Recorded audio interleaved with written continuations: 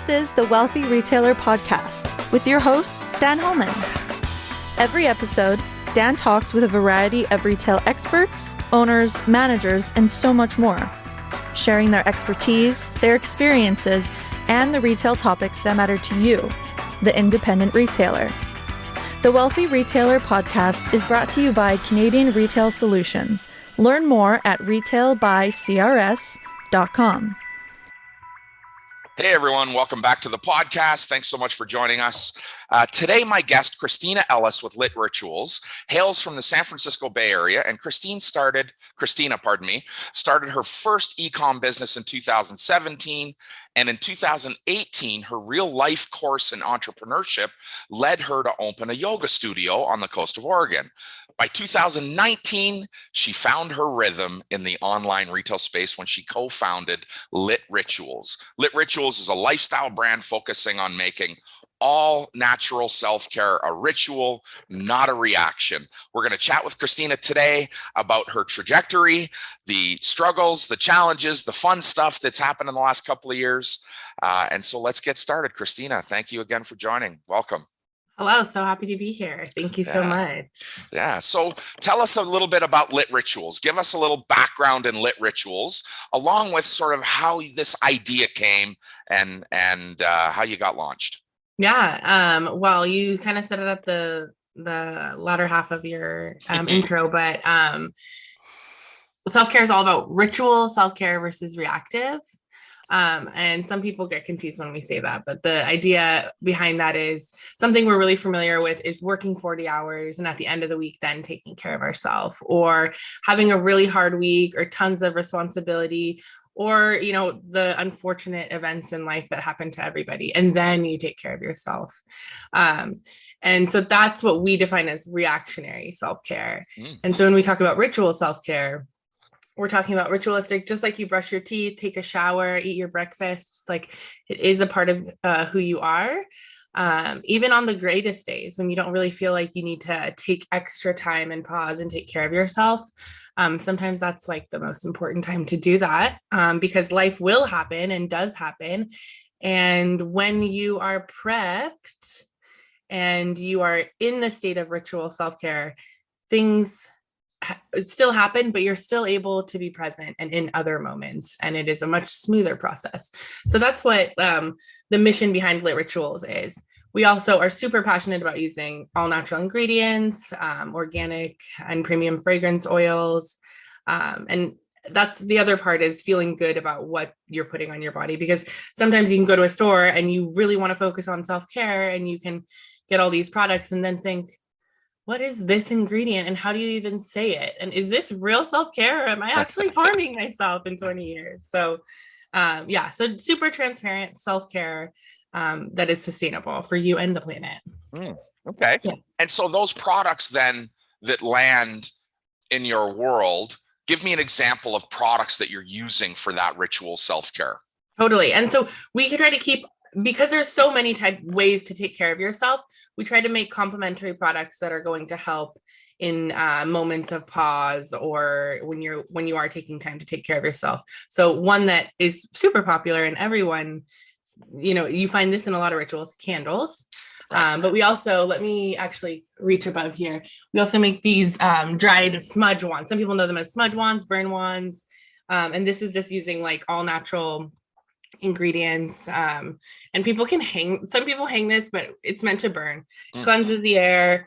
Also, we intentionally choose herbs that are going to help invoke a certain feeling. So calming, this is white lavender, supposed to be very calming, centering, a protective herb. And then the scent of rose can relax people. And so we intentionally use herbs to help relax, or we have also herbal cigarettes. So this one is used a lot.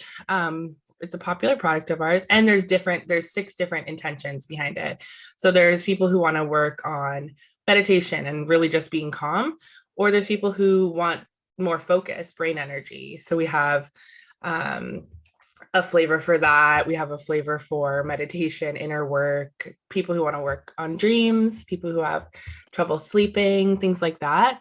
So that's another way to kind of integrate something into your ritual. If you're someone who has a hard time relaxing before bed and wants to meditate, we would recommend inner work cigarettes, because there's certain herbs in that cigarette that are going to help allow your body to do that.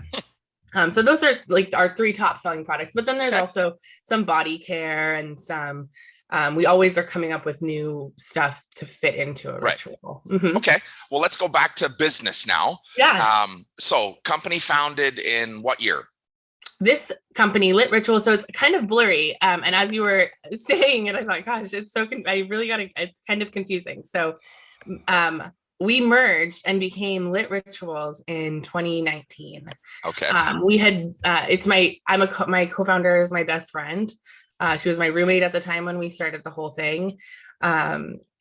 And we started as a side project because she was doing her own business and I was doing my own business. And we thought, well, we're 2 entrepreneurs, like this is fun. We're already doing so much of it. Why not do a project together? Which sounded like a great idea at the time, but it was actually one of the worst ideas. But it led us to where we're at. So we, for quite a while, taxed ourselves out, running 2 different businesses. And then I opened the yoga studio. So I was running 3. Right as the pandemic, everything shut down.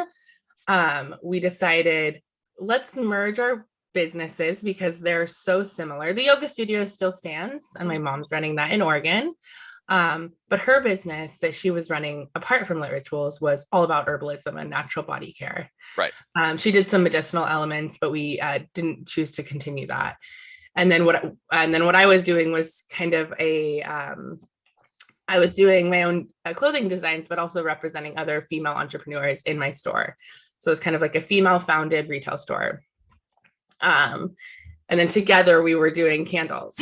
So we're like, what are we doing? So we finally merged her herbal body care, my female founded e-commerce site, and then Lit Rituals. We merged it all together, made it make sense. Because it already did. All of our core values were so aligned. So it did feel like, why are we doing slightly different work for 3 different businesses when we could be putting all our efforts towards one? Right. So that's what we ended up doing. And it was that moment. I mean, before we decided to merge, all of them had their own little successes, all the businesses, but none of them had that big, nothing that was too hard to just merge or walk away. Lit Rituals, we were only making candles at the time. I think we had probably done $2,000 of revenue. And we joke about it today because we were like, we have to put some time towards Lit Rituals because we abandoned it because of our other businesses. And we almost used to dread it. Now it's like, can you imagine dreading what we're doing now? It's like so funny that we were dreading it before, but once we made it work for all of us and made the business more cohesive, now we're obsessed and we can't stop. So. Right on. And so that's the long spiel. That's okay. No, that's good. It gives us a little bit of context. So then in 2019, in that first year of business, you did about $60,000. Yeah. And then the next year, 740. Yeah. 740 the next year. Wow. Yeah. How? So did you start with this intention to go direct to consumer?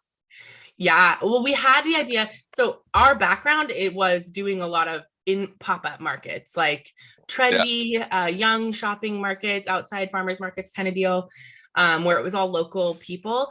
And so that is what we knew was mostly going in person and doing it right there. And then through that pop-up scene in the Bay Area, we met store owners, boutique owners. So we had a handful, like 5 probably, retailers that were our friends, and we were either doing some kind of consignment or wholesale with them. Right. So we hadn't put any effort towards wholesale, but some had organically come to us. But mostly, it was all direct. So direct to consumer. And then at some point you said, hey, we've got to shift. So is the 740, is that, 12 growth? Is that 12-time growth? Is that all direct to consumer, or is that the combination of DTC and wholesale? Yeah. So it was interesting. So we merged in September, and September to December was insane D2C business. I mean, we were like, can you believe we did 60 grand? Holy cow. We couldn't believe it because we had never done that much at that point. And so we were like, this is amazing. Like, we'd log on to Shopify and every day it seemed to be like at least 1,000. And that was like so thrilling to us.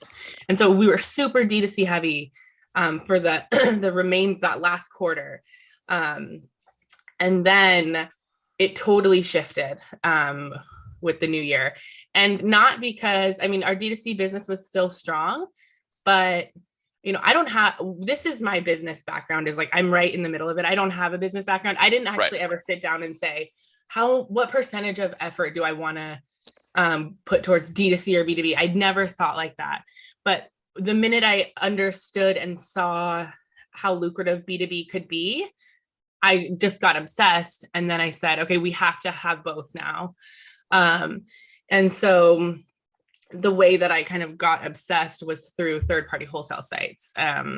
Who reached out to us first? I think it was Abound. Hello, Abound. Abound, yeah. Yeah. And I do have a sales background. So I think people who have a sales background, they just naturally have a little bit of a business mind, because you've been kind of running your own business for so long in sales. Right. Sometimes salespeople can be a little psycho and they never give up. So I think I have that, I have that trait. So when we signed up for Abound, I saw their referral program, and it was any new retailer you can get, we'll give them $150. And there's at the time it was $200. It was like the good old days. Sometimes they bring this back, but they would give any new customer that had never signed up for Abound before $200. And we would get paid for that order. So free coupon for, wholesale coupon for our product. And then we get paid. It's a win-win. And if they use our link, we pay 0% commission. Oh. So I was like, okay, we're going to go crazy with this. I don't know if that's what they intend, but this is insane. And we're going to like really go hard with this. So I treated it like a sales campaign. And I just reached out to everyone. We blitzed it on Twitter, Instagram, anything we could, and to get retailers. And that kind of gave us that first boost. And then from there, we have done that same framework on Fair, on Bulletin. And those are the three third-party sites we're on. But you have all your customers on Abound.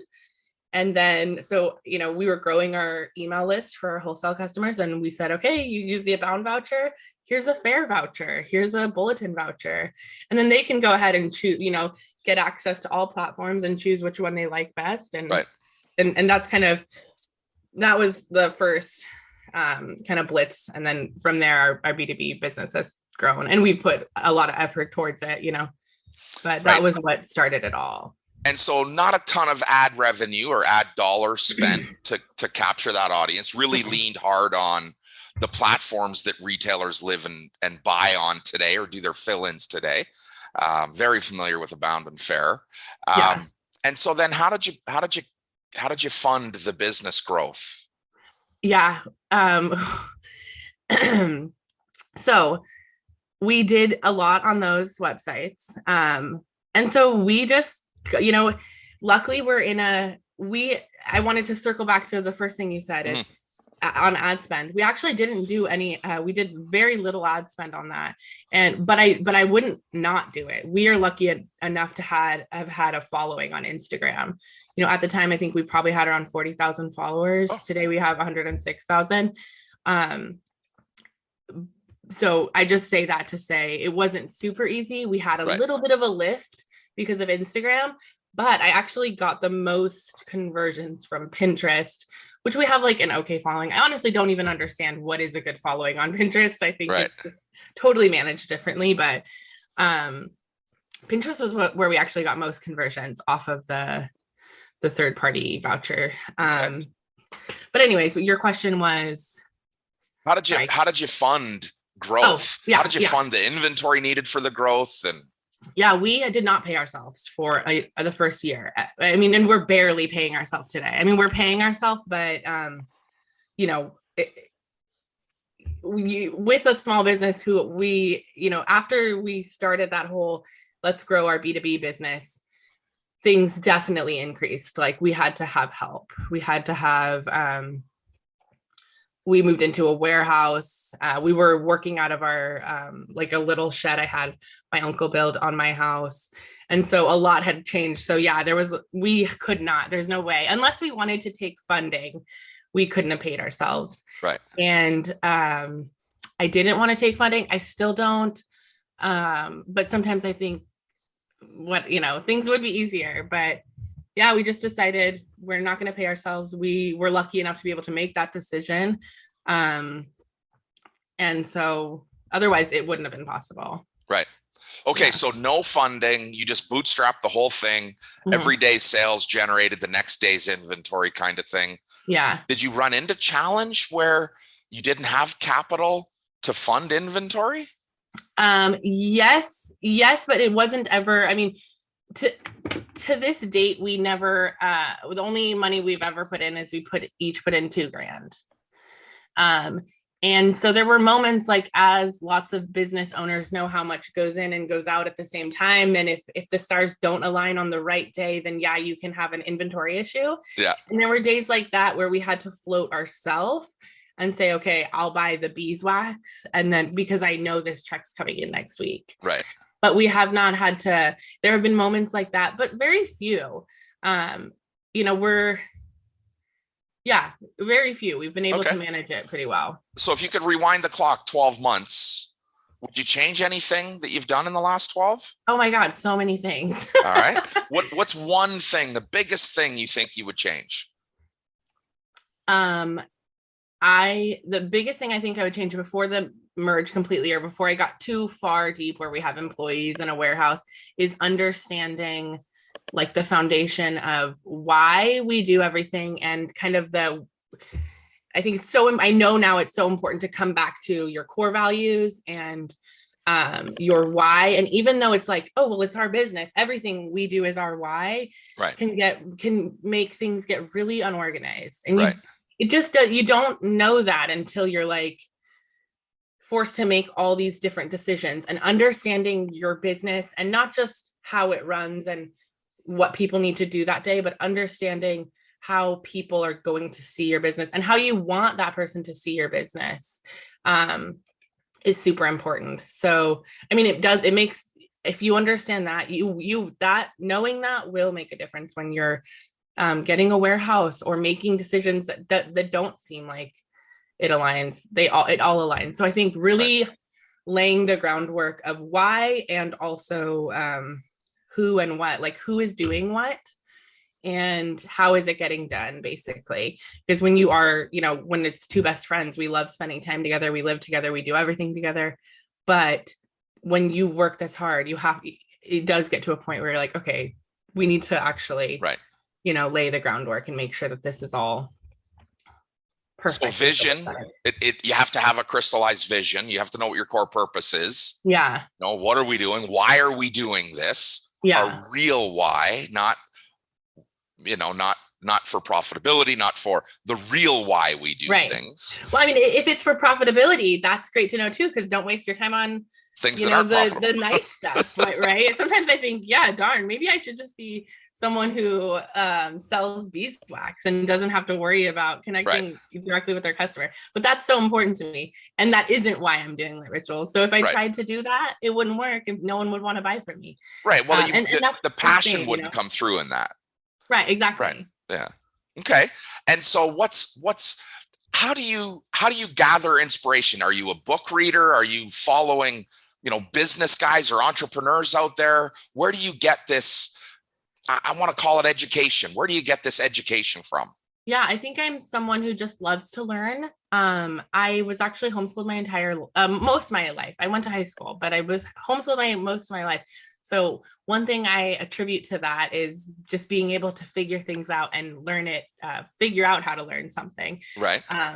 And so I think that's one of the traits that has helped me a lot. But yes, to answer your question, I do follow a lot of, I've always been interested in business since I was a young girl. My dad worked for himself. Lots of family members worked for themselves. And so it's always been interesting to me. But I do follow people like Alex Lieberman. I'm a part of a women's accelerator group, Amy Jo Martin, Reagan Walsh, like really incredible people. But So I try to surround myself with people who do have backgrounds that I don't have, or are just, have great thought leaders. So a lot of my education comes from the people I surround myself with, or the people that I listen to, or, read. Okay. But yeah, so kind of all over. It's That's so easy to educate yourself today. Today, much easier than, 25 years ago, for sure. Totally.